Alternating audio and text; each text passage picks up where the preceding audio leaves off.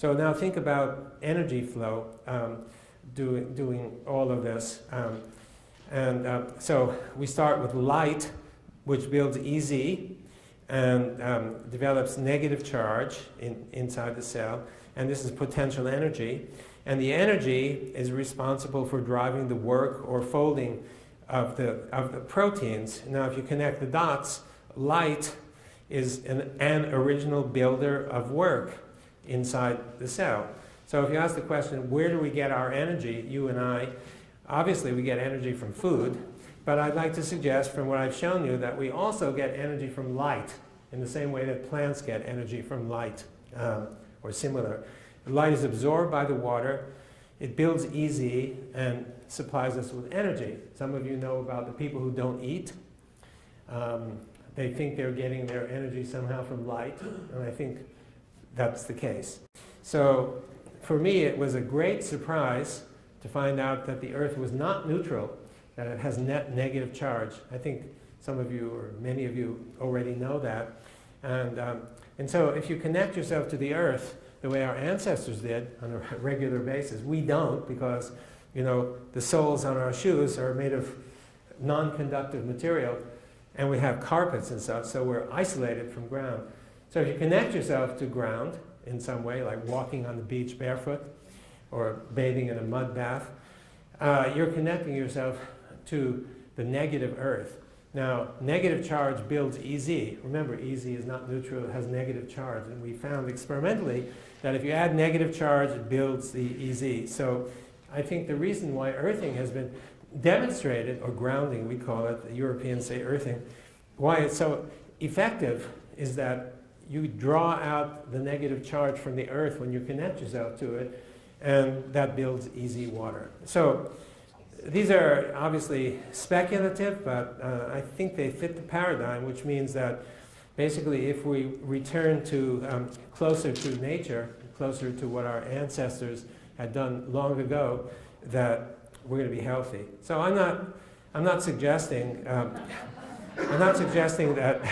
that we photosynthesize, but I really think there's a close connection between what we found and the first step of photosynthesis. So first step, remember, light that comes in, splits the water into negative and positive. A question that people don't ask really is, how is it possible that you can split water into negative and positive? Won't they just come right back together because they attract each other? That question is never answered. But what we found is something similar to that, and maybe even more fundamental. It might be that the first step of photosynthesis is just merely one example of what we found, a very effective example, of course. Now I'm ending with practical applications because it seems that practical applications are important these days. And there are two, briefly. One is getting energy from sunlight and water. So you've seen this now enough times. This is a hydrophilic surface next to water.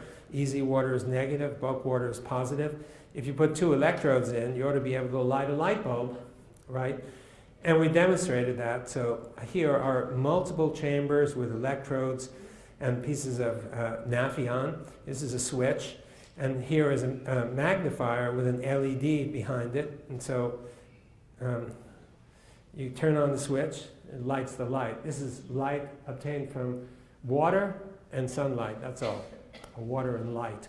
Nothing artificial, nothing removed from the Earth, no semiconductors or anything. It's very straightforward. And obviously we're trying to build this up now. We have a company that is working on this and also working on filtration. So getting drinking water from contaminated water. And again, the system is very simple.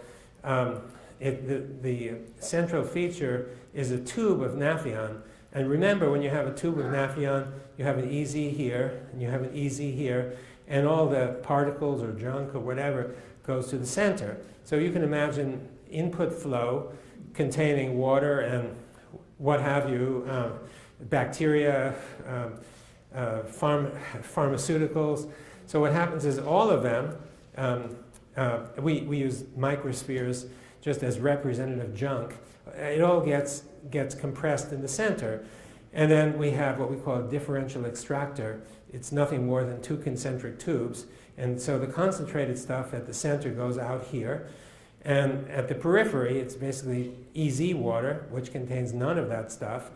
And you can see this is an actual result, and we've been able to get a separation of 200 to 1 in a single pass. And we're trying to scale it up for practicality.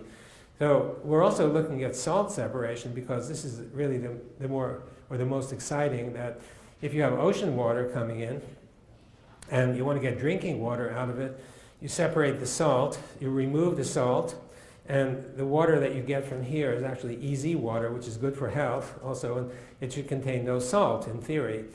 And we don't know if this is going to work, but we think it might, and we're trying to develop this right now to bring it to practicality. So I end with some conclusions, and one conclusion is I need hydration.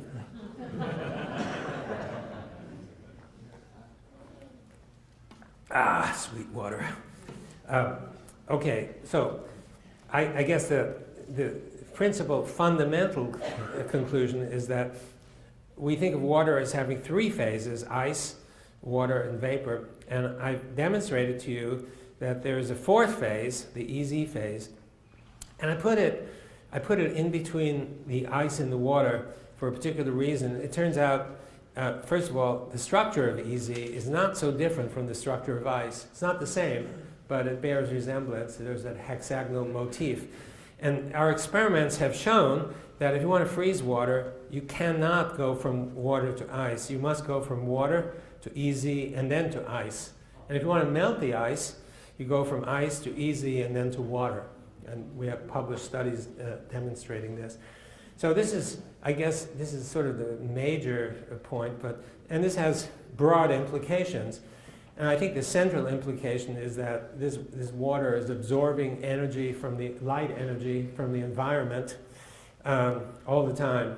And I've shown you a biological example, including blood flow, also in chemistry. So when we look at experiments done in aqueous solution and we try to analyze them, we never think of the role of light, the role of EZ water, separation of charge, or any of that stuff. The textbook contains nothing of it. So if we're right in what I've demonstrated to you, then many interpretations in the chemistry book will need revision.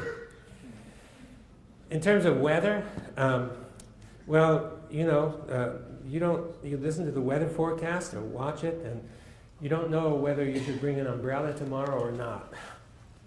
50% chance of rain.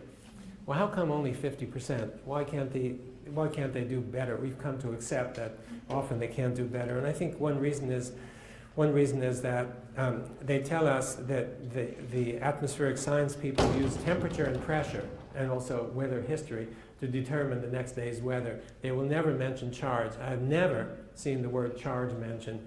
Yet the clouds are full of charge. The clouds are negatively charged, and you can see evidence of it sometimes when it's extreme. Charge has got to be really important. And if you understand cloud formation in EZ water and the charges and such, you may in the future expect a better interpretation of what weather is all about. Health, well, I've given you some examples toward the end of the talk about how water is critical for health. And the food that you eat, if you want to dry it or freeze it or whatever, it's helpful to know something about the principles. Practical applications involve filtration, maybe desalination, we're trying to, and getting electricity from light and water. So the next slide is my next to the final slide. It has nothing to do with what I presented to you, but I feel compelled. It's called the Institute for Venture Science.